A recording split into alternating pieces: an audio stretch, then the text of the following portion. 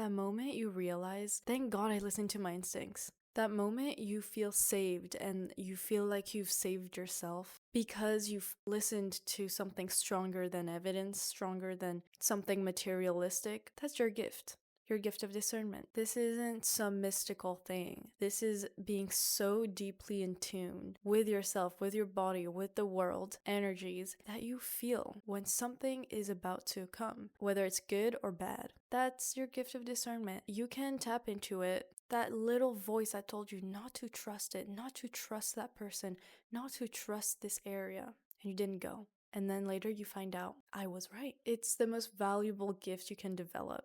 So what is discernment? What is it truly? It's basically what you're able to perceive beneath the surface, to sense the truth from deception, to sense the truth from lies, to distinguish what feels aligned and what feels wrong, what feels off, even when logic can't even explain it yet.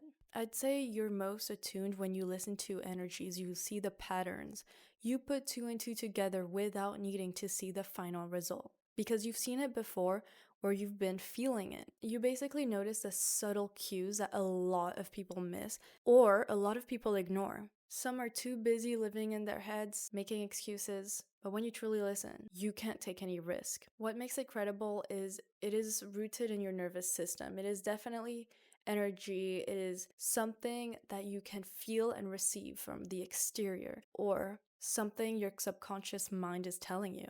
The difference from people who actually live too much in their heads and someone that actually listen to their discernment. They take in micro expressions, they take in subtle energies, subtle shifts. This weirdness, the feeling that feels off is not normal, and there's a reason behind it. It's not random. Your body takes in that information that your mind doesn't do initially.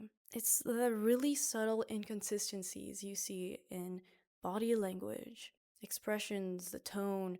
Something isn't right. And if your mind doesn't see it yet, if it's not spoken out loud, your body feels it. I'd call it a slight tension in your chest. It feels like your gut is like, something is not going correctly here. And instead of ignoring it, you're actually going to do everything in order to keep yourself protected from it. Here's why it's a gift. Discernment requires looking inward. You're actually not looking outward when you're making a decision to save yourself. You're listening to your body, listening to your gut, listening to your energy. If you're disconnected from yourself, if you're disconnected from your body and your mind and your feeling, your energy, you're gonna numb your emotions. What a lot of people do is override their gut feeling by excuses, making up excuses that your mind does, which is where your rationality comes from, which is why when you listen to your gut, when you listen to your discernment, you're not working out of rationality. It's not rational yet. We work with evidence, but it's really important to listen to a warning sign before it's too late. I've saved myself a lot listening to my own discernment. My first example, and I've saved myself, but I saw the consequence from my family. We went to this restaurant near the street, and I felt like bad vibes. I felt like something was wrong, something was not pleasant. It felt dangerous. Didn't feel welcome, didn't feel like the food was gonna be great. I decided to order something safe. However, my mom, she ordered something I would never order with what I was feeling. Guess what? An hour later, we arrive home. She has an indigestion. She feels sick because of the food. And I would see they would use it with their hands. It was not sanitary. But before I saw these pieces of evidence, I felt it. Not only before we even parked near the restaurant, but just by feeling the energy. Another general example is when I just feel like a person is lying to me. I feel like a person is not being authentic, and that's the biggest thing. I can see it online, I can see it in real life. I don't need to know the history of this person to know that the energy they're sending me is fake. The energy is wrong. I don't like the energy of this person. And I listen to that because I know my body is taking energy that my mind isn't. And I think a lot of times I've heard stories later on and I'm like, yeah, I'm okay with not being friends or close to this person. I'd rather listen to my energy and be at peace than bring in people that are already disturbing my peace in some type of way. That's why a lot of people get mad if I'm like, no, I don't trust this person. And they're like, you don't even know them. I don't need to know them. My body already feels something is wrong, and I'm not gonna wait to find out. I'm not gonna wait to get hurt, and I'm not gonna wait to see why I was right.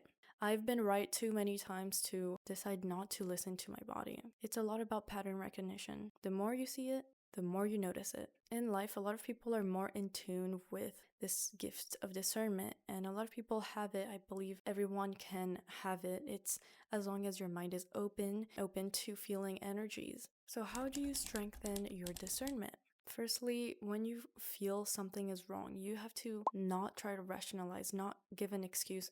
Listen to it, feel it, make your mind aware of this feeling you're feeling. Don't ignore it. Pause and feel that tightness, feel that sensation, feel that awkwardness, that uncomfortable feeling when you're around this person, when you're in this place, when there's a plan upcoming.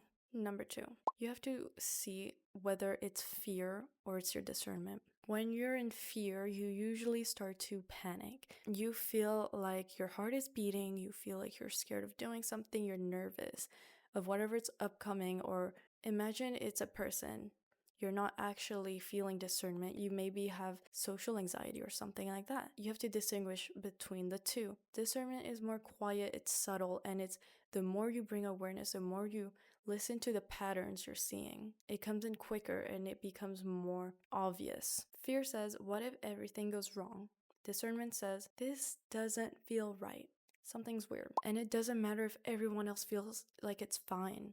Listen to yourself. They probably are ignoring something, or they haven't developed their discernment. Number 4, pay attention when your discernment was right. As I said in my earlier example, I felt something was wrong before I went to that restaurant. And an hour later, my mom got sick, and I would see how they made food. The evidence came after my discernment. Once you see the consequence that comes after something you felt was wrong, you're gonna learn to trust your discernment. You're gonna learn to trust your body, your energy, your feeling, your recognitions. Instead of dismissing it as a coincidence, you're going to open your eyes more and more and more. It's like when you open your eyes to the signs and messages your spirit guides are sending you. You start seeing more and more. Same thing here. I feel like there's a lot to unpack about this. For now, this is the overview of discernment. I don't need to see if you're a bad person to feel like you're a bad person. I don't need to justify to someone why I feel like this person's bad. I'm listening to my body. And so many times, people who've trusted someone ended up coming to me and saying, they did this, I did that, betrayal. I warned you. You just didn't listen. It's not crazy. You just have to listen to yourself, listen to your body. It is always right. Your instinct is always right. It is like your sixth sense. If you trust your 5 senses, please trust your 6th one. It is trying to show you the truth. You just have to listen. I would love to hear in the comments if you've had a crazy situation where you've used your discernment and something revealed itself and you were right all along. If you enjoyed this video, please don't forget to like. Thank you so much for watching. I'll see you on the next one. Bye.